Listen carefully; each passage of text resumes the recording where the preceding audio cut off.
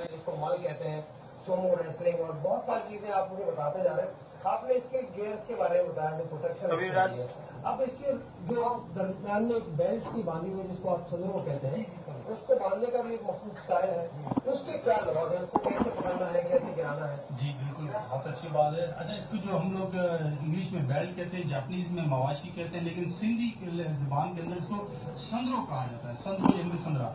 ये इसका तरीकेकार होता है कि ये तकरीबन 2 फीट जो है उसकी चौड़ाई होती है और लंबाई इसकी 8 फीट होती है। इसको हम फोल्ड करते हैं, जिस तरह हम घरों में अपने ते बनाते हैं, ते पे बना के फिर इसको राउंड देते हैं, रोप टाइप बनाते हैं, रस्सी के टाइप की तरह।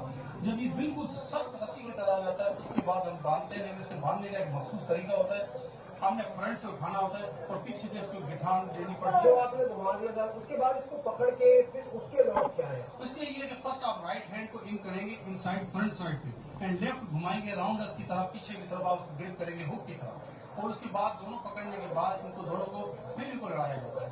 लड़ाने मतलब इनको उठा के पटकना होता है जी, गिराना होता है जी, जमीन पे पीठ लगनी होती है। और हमारी बाउंड्री वाल जो दायरा होता है, अगर उसके पाँव बाहर 3 दफा निकल जाएगा तो वो भी हार है।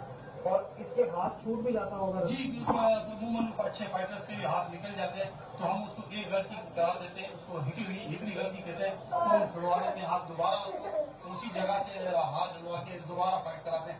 इसी तरह अगर उसने दूसरी भी की तब भी दूसरी गलती होती है, लेकिन वो माफी दी जा सकती है। अगर तीसरी दफा की तो फिर हम उसको डिस्क्वालीफाई करते हैं। और क्या इसमें चीजें हैं? नहीं कर सकते, हाथ इस्तेमाल नहीं कर सकते जी, इस गेम के अंदर आप कोई पंच नहीं लगा सकते, क्योंकि फंडामेंटल कोई चीज आप यूज नहीं कर सकते, ना किक का, ना पंच का, ना हेड का, सिर्फ आपके बाजुओं का जोर और लेग्स का जोर होगा। इसकी प्रैक्टिस भी होती है प्रॉपर तरीके से, वेट ट्रेनिंग होती है, इनकी बॉडी बिल्डिंग होती है, प्रैक्टिस होती है, अप डाउन होते हैं, इनकी बगल हम इनकी क्लास कराते हैं, मॉर्निंग को इवनिंग को।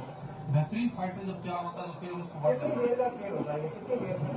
ये फाइट प्रैक्टिस तो 3 घंटे कर लेते हैं, लेकिन जो फाइट का ड्यूरेशन टाइम है वो तकरीबन 1 से 2 मिनट के अंदर अंदर होता है। और कितने राउंड होते हैं इसमें? इसमें वो फाइटर्स के ऊपर है कि कितने फाइटर ने पार्टिसिपेट किया है, हम उसकी एक लिस्ट बनाते हैं, फिर उस हिसाब से उनको काट के आगे जो फर्स्ट आता है उसको ले आते हैं। उसमें मैक्सिमम एक राउंड एक ही मैच होता है जी, एक बंदे के साथ होता है तो उसमें राउंड होते हैं नहीं।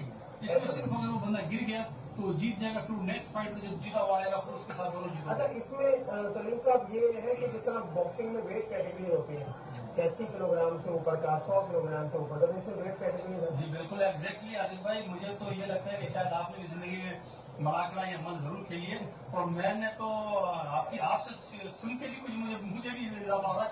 जी हाँ, ये वेट वाइज होता है, हमारे पास लाइट, मिडिल और हैवी, सुपर हैवी वेट कहलाता है। वही बॉक्सिंग